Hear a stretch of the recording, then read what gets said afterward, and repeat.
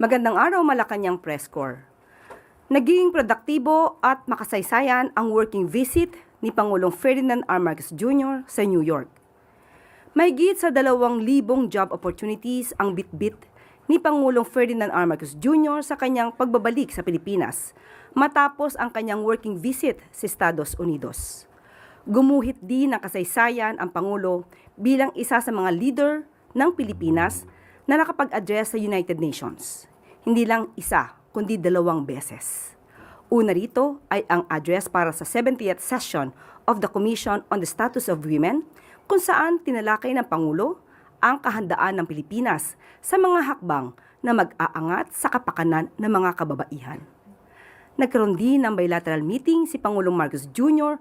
at UN Secretary General Antonio Guterres, kung saan pinuri ang Pangulo sa kanyang husay sa pagpapanatili ng peace and order sa Pilipinas. Kasunod nito, nakipagpulong ang Pangulo sa Medical Glove Company LLC upang talakayin ang kanilang planong pagtatayo ng manufacturing facility sa Pilipinas.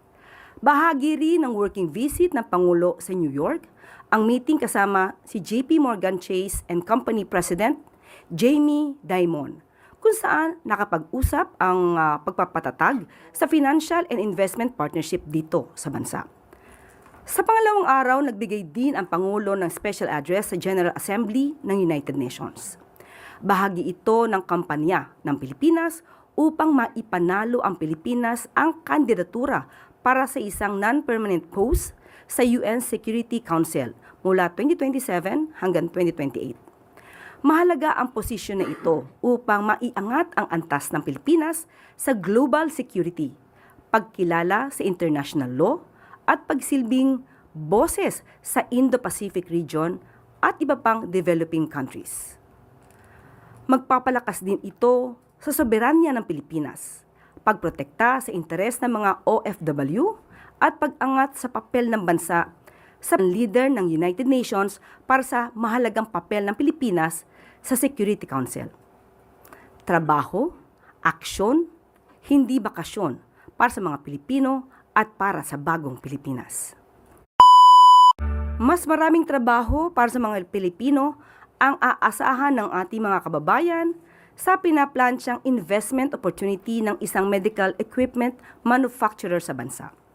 Malugod na ibinahagi ni Pangulong Ferdinand R. Marcos Jr. na nais magtayo ng US Medical Glove Company o USMGC ng isang planta sa Pilipinas upang makapag-produce ng locally made essential medical supplies. Ayon sa Pangulo, mahigit 2,000 trabaho para sa mga Pilipino ang malilikha ng bagong pasilidad at nasa $200 million ang initial investment ng kumpanya. Dagdag pa ni Pangulong Marcos Jr., sa oras na gumanda na ang produksyon ng planta, ay titignan din ng kumpanya ang posibilidad na mag-export ng mga medical supplies at mag-expand ng operation sa Pilipinas.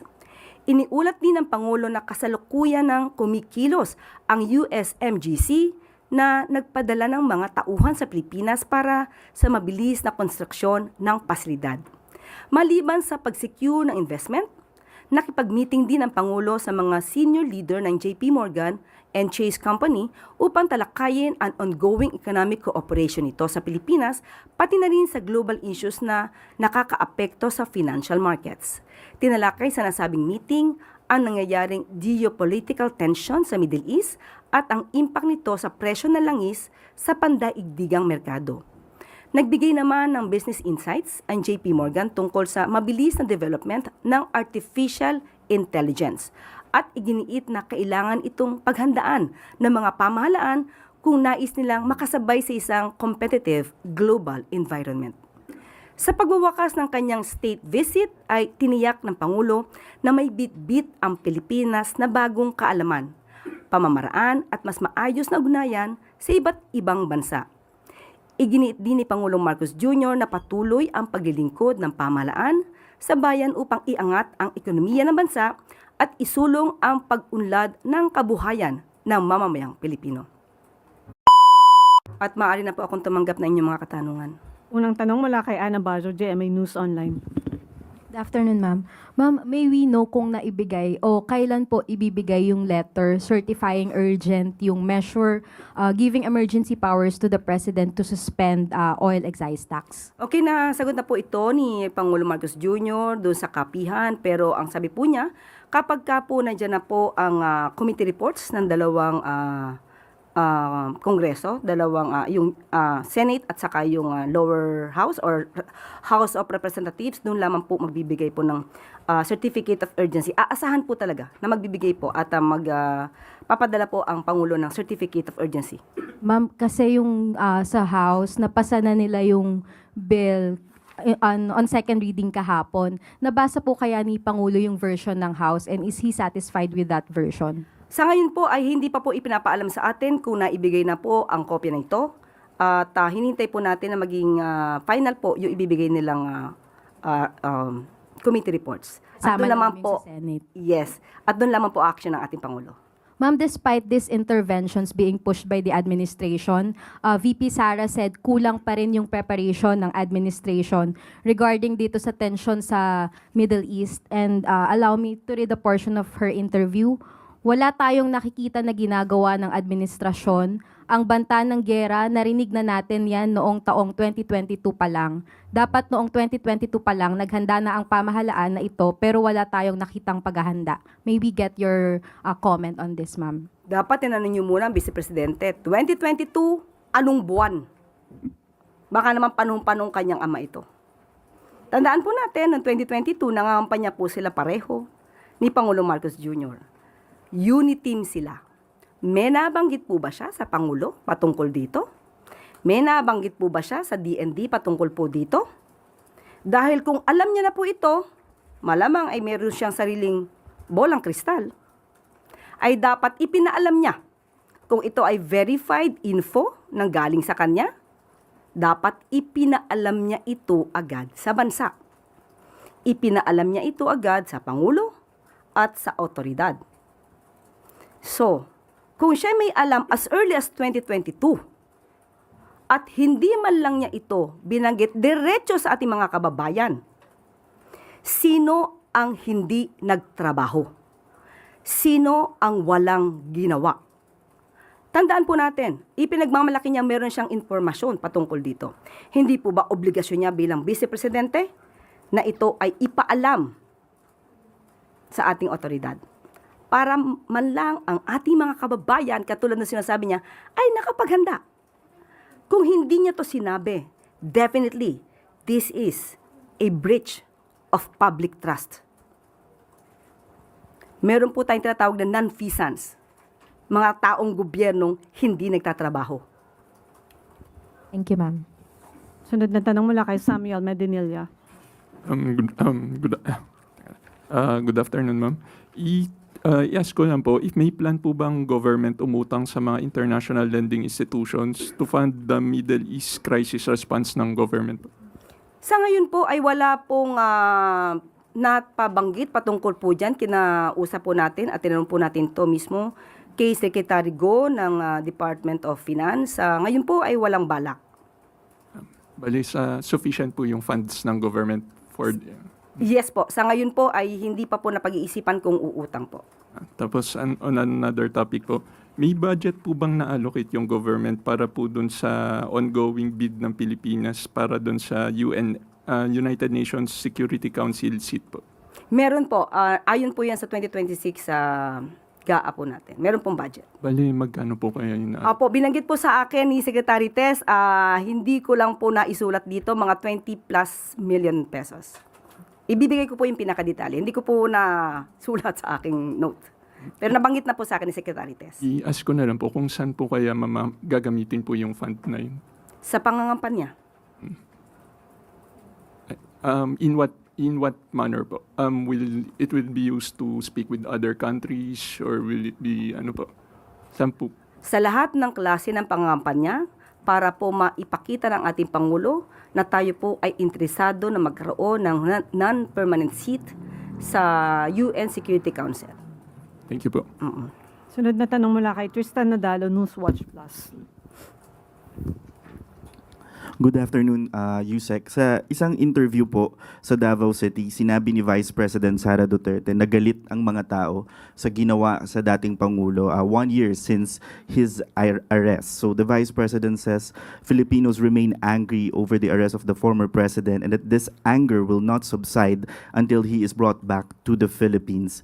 Sabi niya po, it is unthinkable that a government, no matter the political differences with the administration, would send a citizen to a foreign jurisdiction. So galit ang mga tao, isang taon ng galit ang mga Pilipino. Ano po ang assessment niyo dito? Ulitin natin, sana tinanong niyo siya. Gaano karaming tao ang galit? Dahil itong pagpapadala kay dating Pangulong Duterte sa The Hague, ay ito ang unang hudyat para mabigyan ng hustisya, hindi lamang po ang mga biktima ng EJK, pati na rin po ang dating Pangulong Duterte. Wala po tayong masasabi kung lahat ba ng Pilipino ay galit. Malamang sa kanilang parte dahil ang kanyang ama ang naaakusahan at nililitis sa salang crimes against humanity, malamang ito po talaga ang kanilang magiging reaksyon. Pero sa parte po ng mga tao na nagsusulong ng human rights at lumalaban sa mga karumal-dumal na pagpatay na bunga ng EJK at war on drugs ni dating Pangulong Duterte, hindi naman sila galit at sila'y nagpupunyagi. Sa ngayon po, masasabi natin, ang ginawa po ng gobyerno, hindi lamang po ito para isalba ang sinuman.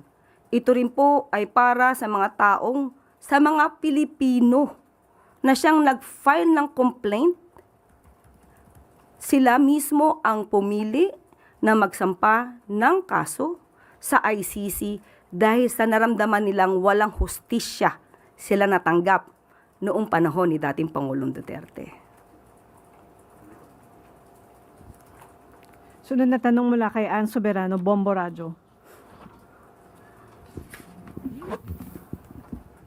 Yusek, good afternoon.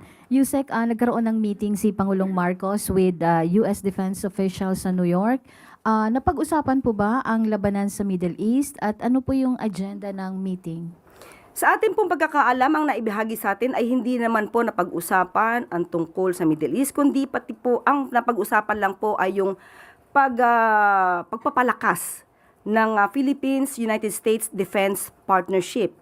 At pinag-usapan din po ang mga naka-schedule na balikatan at ang commitment po sa Mutual Defense Treaty. Patungkol po sa Middle East ay hindi po naibahagi sa atin kung ito po yung napag-usapan nila.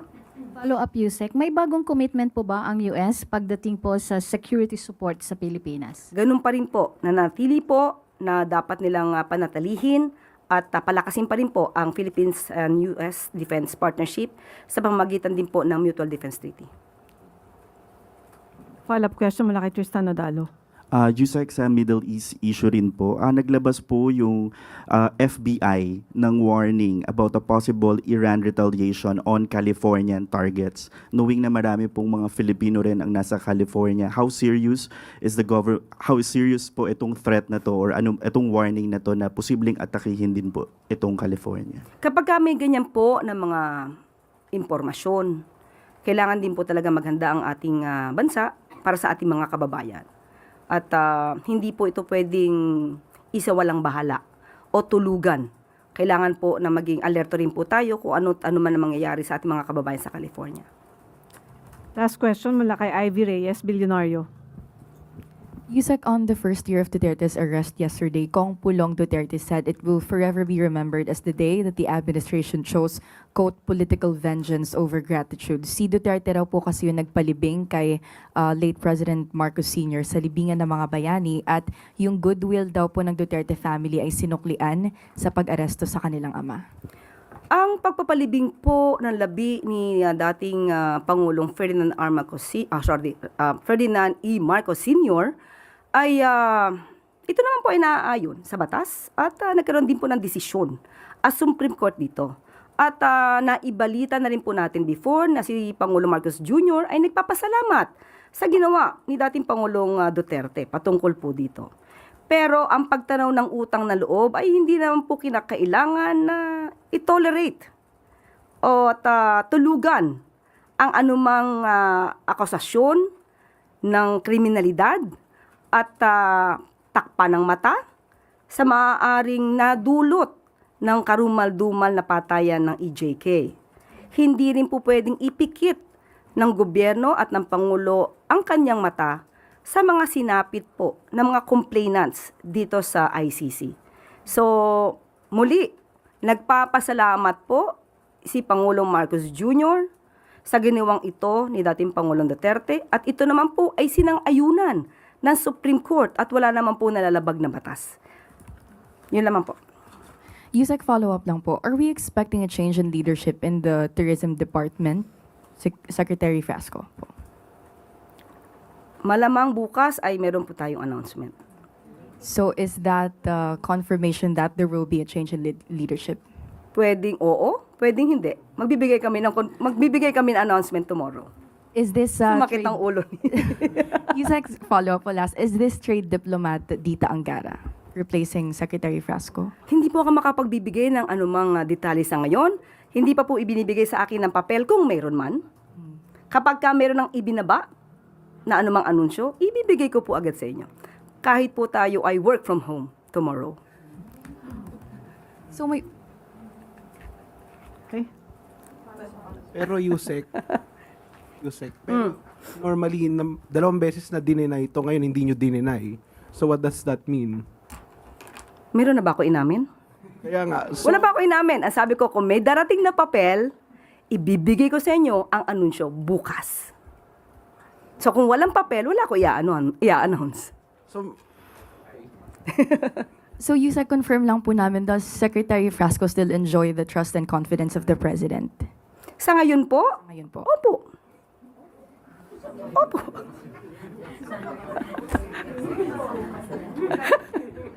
Okay.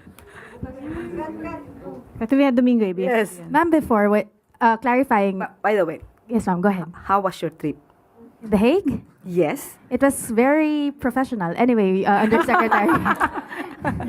Undersecretary, basing from Alexis's question, before when he asked you about yung potential cabinet changes, you would immediately respond saying na he or she enjoys the confidence and trust of the president. Now there seems to be a shift in terms of the directness of the answer. Oh, really? Yes, there is. What prompts that indirect answer right now? Why is there a change in terms of the tone and the, as mentioned, directness of your answer? Why is there a seeming hesitance on your part? No, there's none. Even before, I will always say, as of this date o as we speak, walang balasahan. So ngayon tinatanong niyo sa akin kung may balasahan, sa ngayon, wala pa. Bukas, kung may ibibigay sa ating papel, maaari ako mag-anunsyo. Ma'am, pero naka 4-day work week na lang kayo. Yes. So bukas po. Work from home kami. So wala hong manunumpa bukas sa palasyo kasi sarado ho, di ba? Hindi ko masabi. Hindi ko masabi. Let us just wait. No, Yusek, sorry. Without naming names, can we at least confirm that the tourism portfolio will be led by another person tomorrow? Wala pa nga po ako masabi. Hindi ko po pwedeng maunahan kung ano magiging anunsyo ng Pangulo. So, hintayin na lang po natin. Mamaya, baka meron. Tingnan natin. Hindi ko alam. Hindi ko masabi. Let us see. At bago tayo magtapos, bilang tugon sa utos ni Pangulong Ferdinand R. Marcos Jr.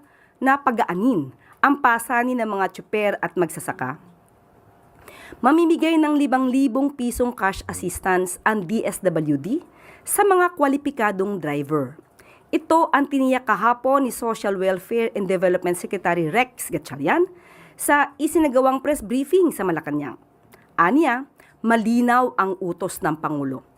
Ang tulungan ang ating mga kababayan na direktang apektado ng pagtaas ng presyo ng petrolyo. Sa ilalim ng Assistance to Individuals in Crisis Situations o AICS ng DSWD, unang mabibigyan ng cash aid ang mga tricycle driver mula Metro Manila ngayong March 17. Ayon sa kalihim, nilalakad na rin ng ahensya ang pamimigay ng cash assistance sa mga driver ng jeep, TNVS at iba pang sektor sa oras na makuha nila ang buong listahan ng mga benepisyaryo. Pinadali na rin ng ahensya ang pag-aabot ng tulong.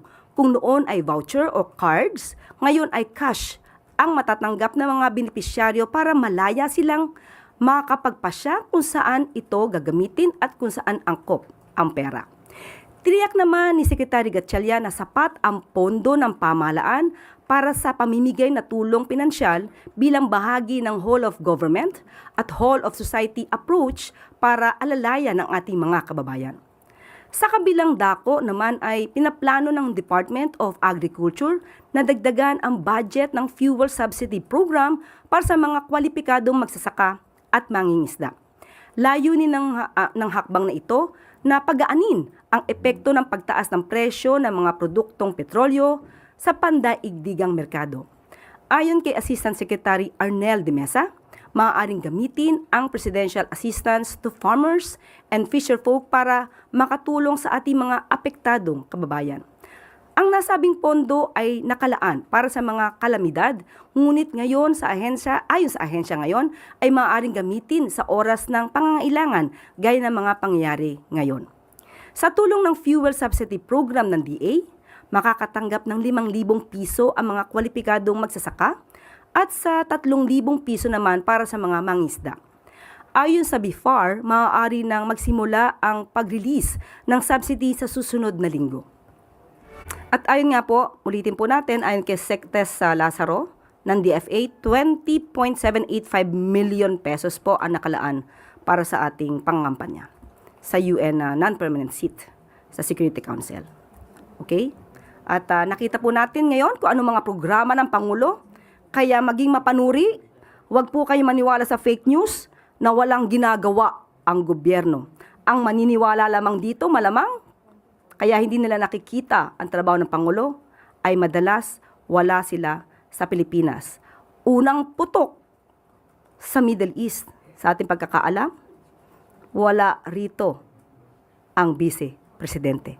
Nasa ibang bansa. At dito na po nagtatapos ang ating press briefing. Magandang araw para sa bagong Pilipinas.